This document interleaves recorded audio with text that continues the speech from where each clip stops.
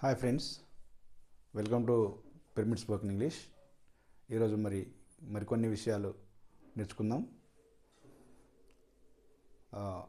What are you doing అంటే నువ్వేం చేస్తున్నావు?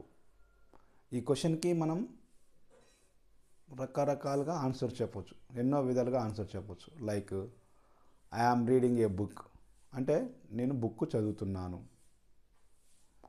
ఐ యామ్ ప్లేయింగ్ గేమ్స్ అంటే నేను గేమ్స్ ఆడుతున్నాను.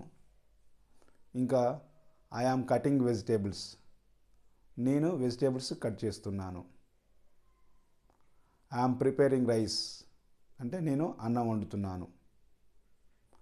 ఐ యామ్ వాషింగ్ క్లాత్స్ అంటే ఇంకా నేను బట్టలు ఉతుకుతున్నాను.